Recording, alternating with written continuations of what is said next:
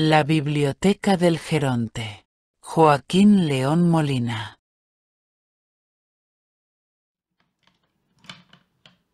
Saludos.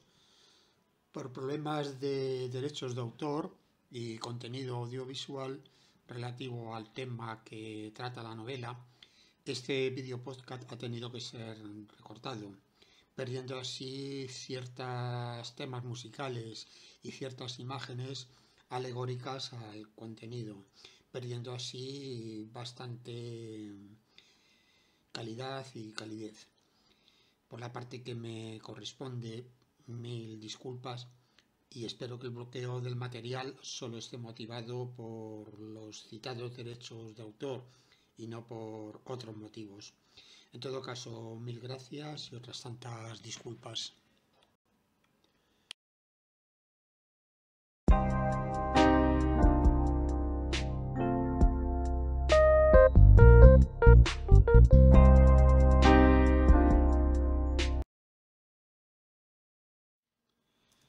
Laurent Binet nació en París en 1972. Estudió literatura en la Universidad de París y actualmente es profesor de esa asignatura en secundaria y en la propia universidad.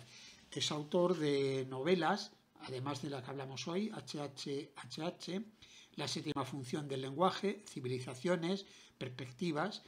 Ha publicado cuentos y no ficción y tiene premios, está galardonado con el Goncourt, premio de los lectores del libro de bolsillo y premio autor revelación. El título de la novela corresponde a las siglas que traducidas al español significan el cerebro de Hitler, se llama Heydrich. Se narra la operación Antropoide, asesinato de Reinhard Heydrich en 1942. El autor dedicó prácticamente 10 años en su redacción, sumiéndose en una inacabable investigación documental de los hechos.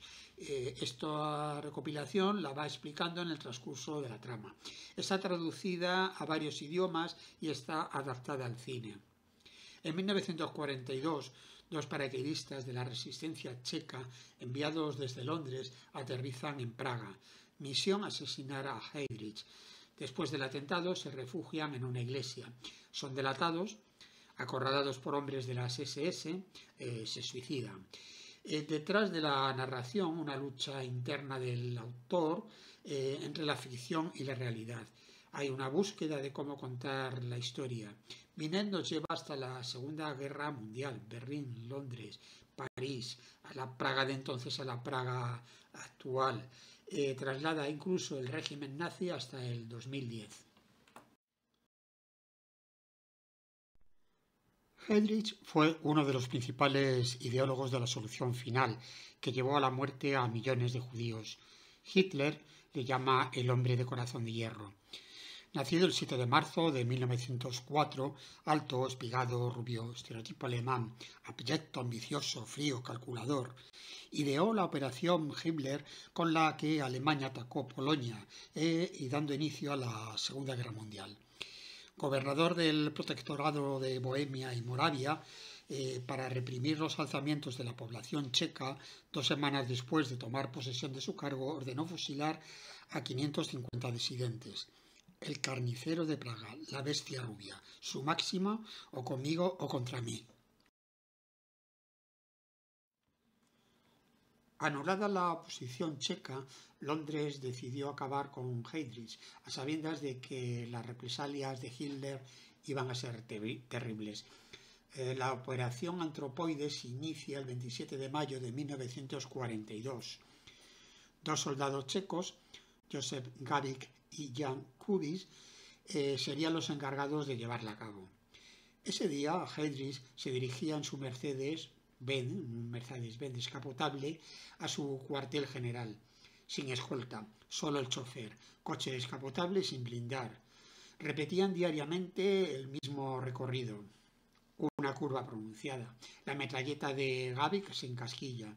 Kubik logra lanzar una granada de mano que alcanza la parte posterior del vehículo. Metralla y restos de carrocería se incrustaron en la espalda de Heydrich, que pudo levantarse y perseguir a sus atacantes, pero sus heridas eran demasiado graves. Cae fulminado, desplomado en el asfalto. Hitler maldijo la costumbre de Heydrich de viajar en un coche descapotable y sin blindaje. Heydrich murió el 4 de junio de 1942 a consecuencia de las heridas y por su terquedad de ser tratado por sus médicos en Berlín. La tardanza de iniciar el tratamiento le causa una septicemia y el 9 de junio fue enterrado solemnemente en la Cancillería del Reich en Berlín, donde sonaba la marcha fúnebre de Wagner. Como venganza, Hitler ordena a Himmler arrasar la pequeña población checa de Lidice, que había acogido a los colaboracionistas, a los colaboradores de los autores del atentado. Gabik y Kubis fueron delatados, acorralados en la iglesia ortodoxa de los santos Cirilo y Metodio, en Praga, tras un largo tiroteo con las fuerzas de las SS el 18 de junio. Kubik, herido por una granada, muere en el hospital. Gabik y otros 5 miembros de la resistencia se suicidan. Dice el autor que los verdugos también mueren. Binet asigna a los diálogos una función, no de hipótesis, sino de parábola. Heinrich es el blanco y no el actor de la operación. Todo lo que cuenta el autor sobre él sirve para ir montando el decorado. Binet no quería hacer un manual de historia, pero hace de aquella historia una cuestión personal. Posiblemente sus visiones se mezclan con los hechos probados. Partiendo de una palabra, de una idea, de un documento, investiga y se entrega y divaga en ensoñaciones. Dice Binet que inventar un personaje para comprender unos hechos históricos es como falsificar las pruebas, o más bien culpar al escenario del crimen cuando en realidad las pruebas abundan por el suelo. Cree que está escribiendo una infranovela. Su historia está agujereada como una novela, pero en una novela normal es el novelista quien decide la ubicación de esos agujeros. Derecho que él rechaza por considerarse esclavo de sus propios escrúpulos. En alguna secuencia de la novela, Binet se mete en la mente, en la piel de Gabik, para en las siguientes líneas, prácticamente en la siguiente, decir que no es Gabik y nunca lo será. Se resiste a la tentación del monólogo interior, pero lo hace. Le apena, siente escribir que Kubis ha muerto. Le habría gustado conocerlo, habría deseado poder salvarlo. El relato toca su fin y Binet se siente completamente vaciado y vacío. Se siente culpable de haber creado personajes de la gente que ha participado en esa historia. Personalmente, a veces no tengo claro qué partes del relato son inventados. Se trata entonces de una ucronía, incidencias sobre cómo documenta la novela. El autor va relatando la documentación, realiza comentarios según los va localizando. La trama del relato es un montaje para escribir sobre el protagonista. Películas y novelas sobre el protagonista y sobre la operación Androide.